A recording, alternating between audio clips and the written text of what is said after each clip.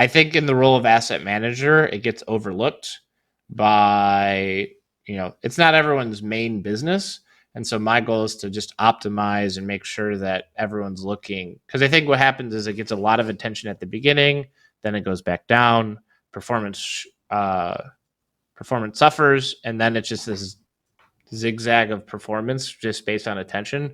So my goal is to, one, optimize and then hold that bar of excellence, especially during these choppy times and insurance and renewals. And everyone's talking about the banking, refis are going to be dead, but there's still opportunities to be had and to optimize portfolios by doing like minor tweaks. Like we're not overhauling, or we're not, charging $10,000 in rent. It's just changing from security deposits to move-in fees, and just there's a lot of things that can be optimized that isn't huge business plans. Like when you're talking about Jason Drees coaching, the analogy is like it's an alignment.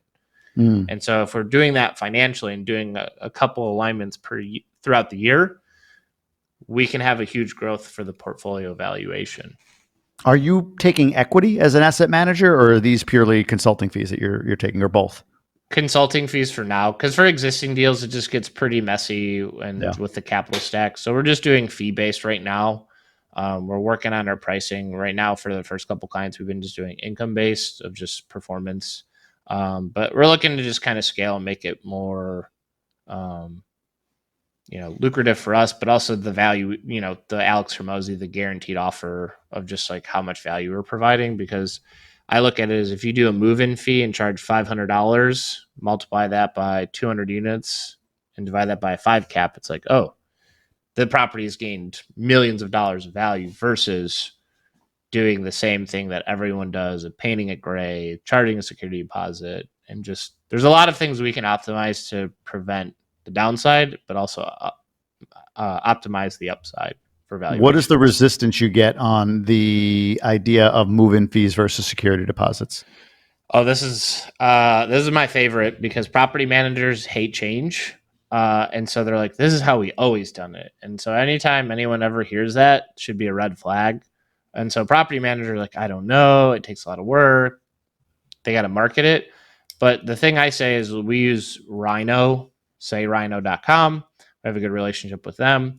And so what we do is the resident pays a $500 move-in fee plus $180, which they can pay across 12 months. So the total they're paying to move in is $680 for a 1,400 unit or $1,400 rent. So a security deposit is going to cost him $1,400. Us with Rhino and a move-in fee, they're paying $680. So the resident pays less, the ownership gets more coverage, because that coverage could be up to 1 to 5x rent. And so security deposits maybe 1 month's rent. And then there's just a lot of processing a property manager has to do. And so we had an issue where a resident declared bankruptcy and left, didn't pay for 3 months. We got all of that money back in 72 hours. And so it's a little bit of upfront work that people aren't willing to do. But at the same time, if we implement it, right, we just saved a ton of money on delinquency and damages and onboard it, and the resident pays less overall. Because at the end of the day, we're here for our residents and we care, and we want them to have a say in their communities, because they're homes. And so it's saving the resident more money and optimizing for ownership. And so that's what's that website? Rhino.com? Sayrhino.com. SAYRHINO.com. Yes. The key to life, it isn't money.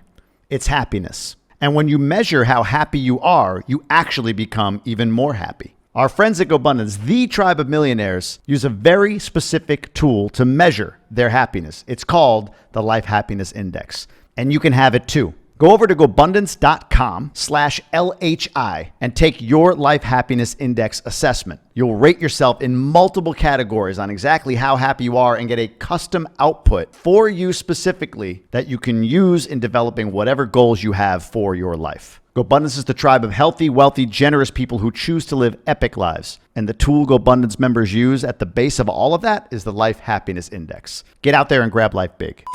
And to understand this properly, $500 goes into the pocket of the owner, never to be refunded.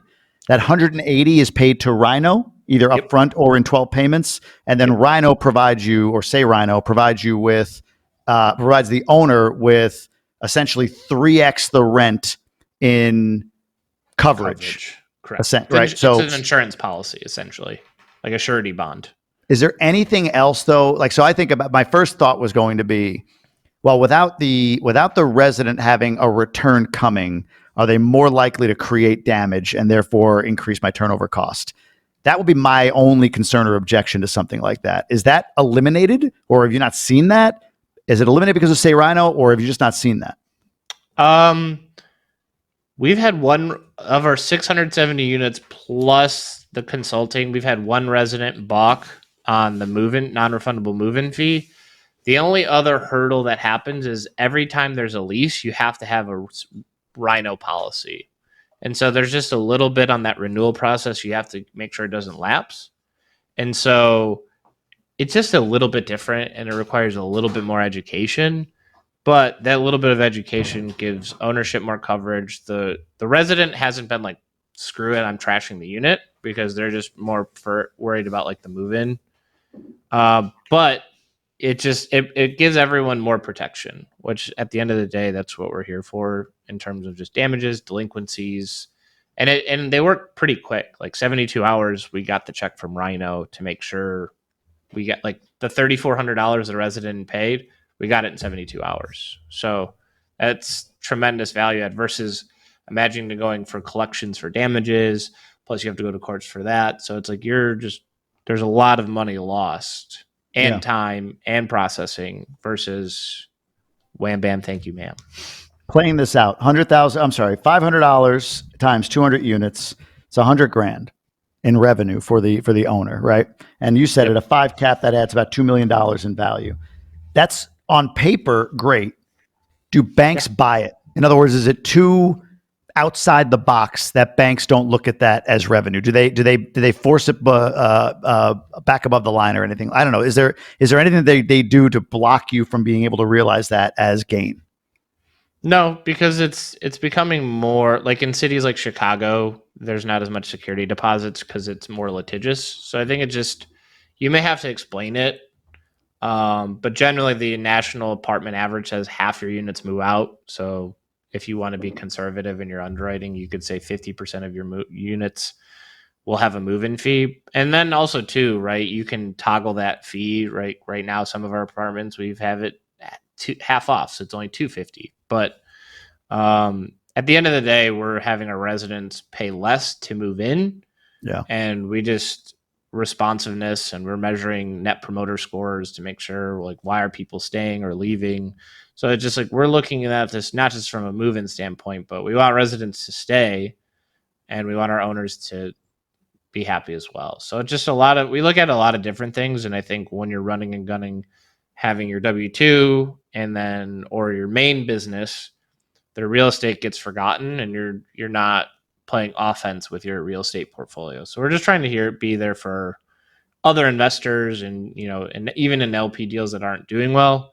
We just want LPs to like feel better or to be a resource to them as well. So like if anyone has questions, we can happily chat and discuss and figure out how you can take over the world. Thanks for tuning in. If you want to hear this entire episode, the audio links are down below. But if you want to see another episode that we think you would enjoy on this channel, click right here.